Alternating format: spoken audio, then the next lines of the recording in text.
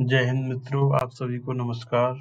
आज एक नई वीडियो आपके लिए गोल्ड और निफ्टी प्राइस प्रेडिक्शन। पिछले कुछ दिनों से शेयर मार्केट और गोल्ड के प्राइसों ने एक रिकॉर्ड बनाया हुआ है। जहां गोल्ड अपने रिकॉर्ड बना रहा है, वहीं निफ्टी अपने अपने जो उसका टॉप है उससे लगभग 20% के आसपास डाउन आ गया है। तो बहुत ही अजीबोगरीब स्थिति इस टाइम मार्केट में है। मार्केट में इतनी तरह की न्यूज़ फ्लोज हैं और ये सारी अनिश्चितताएं अमेरिका द्वारा जो उन्होंने टैरिफ लगाए हैं, उसकी वजह से इंडिया के ऊपर भी 26% का टैरिफ लगाया है। टैरिफ के बारे में एक अलग से एक वीडियो बनाई जाएगी, उसमें आपको डिटेल से बताया जाएगा, बट ये अभी एक बेसिक मैं आपको यहाँ बता रहा हूँ। और पिछले सितंबर से हमारा जो निफ्टी 50 है वो काफी डाउन आ चुका है। आप लोग पता ही है, शेयर मार्केट लोगों के पोर्टफोलियो आधे हो गए हैं। लेकिन अभी ये सब तो जो होना था वो हो गया, प्रेडिक्शंस। अब लेकिन अभी आगे क्या?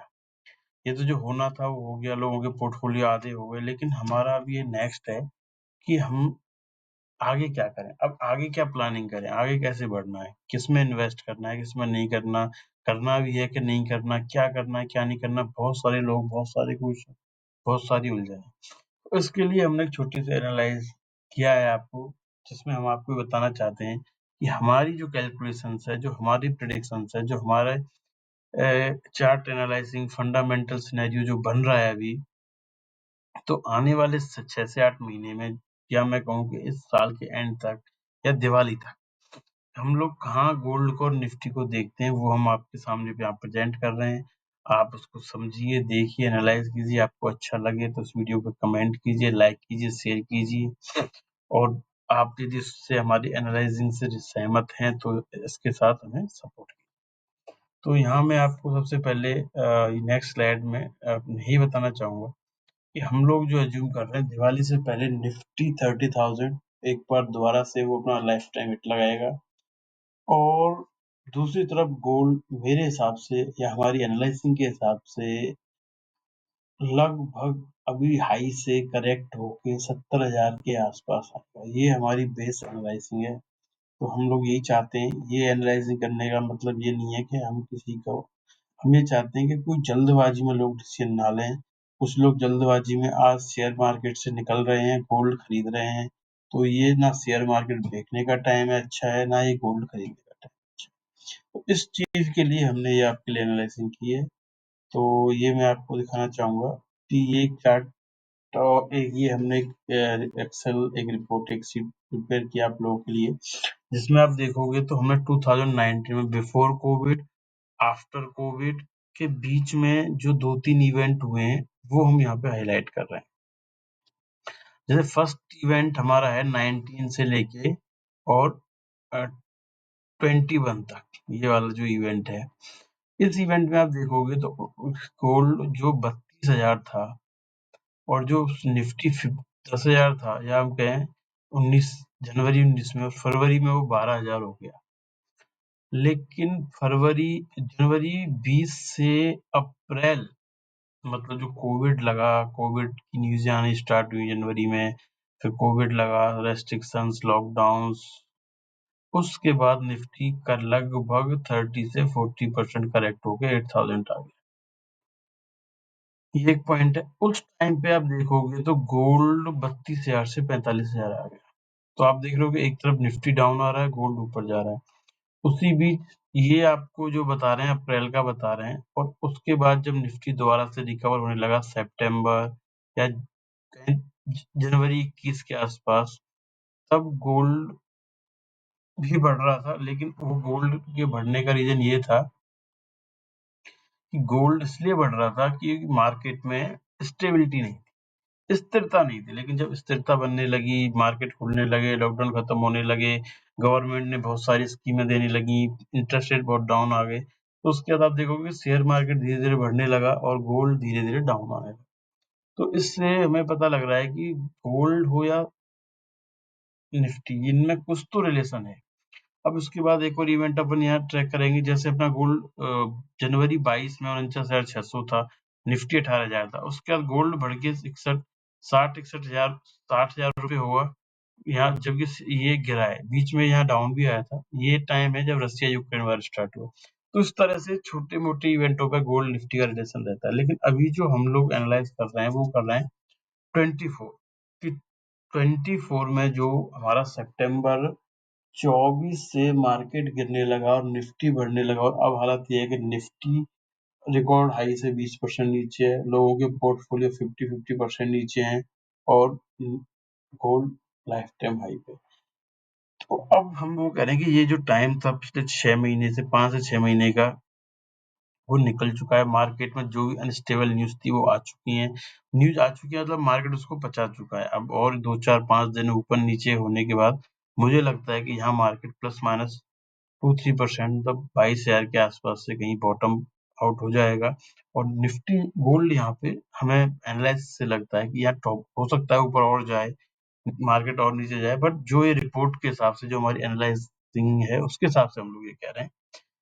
तो ये आपको हम यहाँ ये दिखाना चाह रहे हैं। ये पॉइंट हो गया। अब हम लोगों की जो प्रेडिक्शन क्या कह रही है वो हम आपको यहाँ दिखाते हैं। तो हमारी प्रेडिक्शन यहाँ पे जो कह रही है वो ये कह रही है कि निफ्टी जो अभी 90,000 के आसपास है, 92,000 के आसपास है, वो अभी और 1 महीने में मतलब अप्रैल एंड तक ये दोनों स्टेबल होंगे। हाई लो जो भी होगा उसके बाद गोल्ड में एक करेक्शन आएगी, जो करेक्शन उसको लगभग 69,750 तक ले जा सकती है। दैट मीन्स 70,000 के आसपास कहीं न कहीं गोल्ड आना चाहिए। उसी बीच निफ्टी का जो टारगेट है ये एक चार्ट कैलकुलेशन से आ रहा है, पर हमारा मानना है कि 30,000 के आसपास यहाँ से वो जाना चाहिए। 30,000 मतलब यहाँ से दोबारा से निफ्टी अपना लाइफ टाइम हाई लगाएगा विद इन मतलब आने वाले टाइम में। हम लोग दिवाली तक का प्रेडिक्ट कर रहे हैं, बट जो भी मतलब कुछ ऊपर नीचे है। तो अब इसमें एक चीज और मैंने दिखाई है, ये मैं आपको अगली स्लाइड में दिखाता हूँ कि ये 31,500 जो डॉलर इंटरनेशनल मार्केट का रेट है गोल्ड का, वो 3150 है, और जो हम उसको प्रेडिक्ट कर रहे हैं कि लगभग 2400 के आसपास आना चाहिए। और जैसे नेक्स्ट स्लाइड में आप देख रहे हो, इसमें मैंने वही आपको दिखाने की कोशिश की है।